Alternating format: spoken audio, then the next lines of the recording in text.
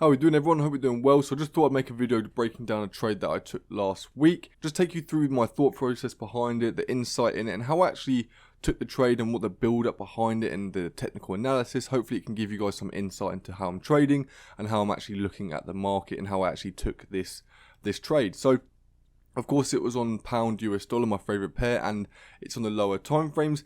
And just briefly, all it's using is simple stuff. It's simple price action. All we were using was failing structure, price action, and just candlestick patterns, or just looking at momentum in candles. Okay, so let's take a look at the trade, breaking it down from the 15 minutes down to the 5 minutes. Okay, so what can we identify? This is the trade here that I took. It was a 16.5 pip take profit and a 7.5 pip stop loss. So this area here, this was what I was looking at in the morning when I came onto my charts. I jumped on at around 7:30 at this area here, but obviously I was looking back at recent price action and taking a look at what the market has been previously doing. Just a little tip for you guys that actually trade the lower time frames. Try not to be too worried about what's going on the 4 hour and the daily. So if you're trading like the 30 minutes, 15 minutes and the 5 minutes, my advice to you is don't go any higher than the 1 hour to analyze, otherwise you're going to get confused. It doesn't matter what's going on the 4 hour if you're looking at the 5 minutes. So if you are trading the lower time frames, try and stick to just the lower time frames for your analysis. Let's say you have a 15-minute entry time frame. Don't go any higher than the 1 hour or the 30 minutes, and just use them time frames for structure and identifying key levels. So here we could clearly see, right, that price was making higher lows, higher highs, and we can see that price made a nice new higher low here. But just for experience and looking at the market, I could basically see here, this area here when I jumped on was very wicky, that there was no real volume in the bullish candles. Because if we're going to see price continue pushing up, we need to see price breaking in terms of structure and trending market. We need to see price breaking new, or breaking the previous higher highs and making new higher highs. But what I was looking at in the mornings, I could see this area here, there was just no volume in the candles, okay? There was just no real strong bullish sentiment. And this straight away gave me the indication that, okay, maybe I should be looking for sales today, because if this price, or if this structure or this trend was going to continue pushing up, we'd see real strong bullish candles, and we just weren't seeing that. So let's take a look at now the 5 minutes, and we'll see this area a bit clearer. Okay, so this is that area on the 15-minute time frame. Now on the 5 minutes with a bit more detail. Okay, so I actually jumped on the charts at about 7:40, 7:30. So I was looking at these areas here, but of course using the slightly higher time frames to get a better idea of sentiment, right? But looking at this, right, if you guys are going to be buying in a trending market, you don't want to be seeing strong bearish candles. Okay, this area here was actually the indication to me, or another confluence for me to basically look for sell positions, right? Because if we're in a trending market, or if we're in an uptrending market, we should not be seeing these strong bearish candles. Okay, so this area here and this wick rejection was an indication to me again that, okay, maybe we're turning into a bearish market, but I wasn't quite looking for sales just yet. We could then see that price bounce back.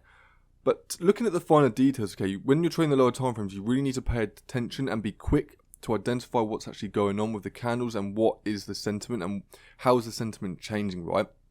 Looking at price action in these candles, we can see, right, that the bullish sentiment completely depreciated, right? If you don't understand what I'm sort of saying, what I'm talking about is these candles. Look at this candle. We've got big, smaller, smaller, smaller, even smaller, even smaller, okay? So basically, it's just like the sentiment was completely depreciating. It was shrinking, okay? The bullish sentiment was completely shrinking, right?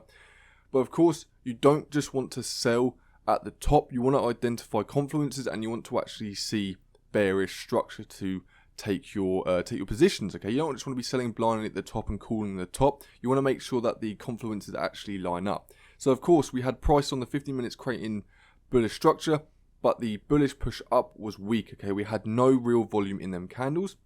We could then see on the 5 minutes, we could see that price was really failing and struggling to push any higher, and we were actually having strong bearish sentiment candles, right?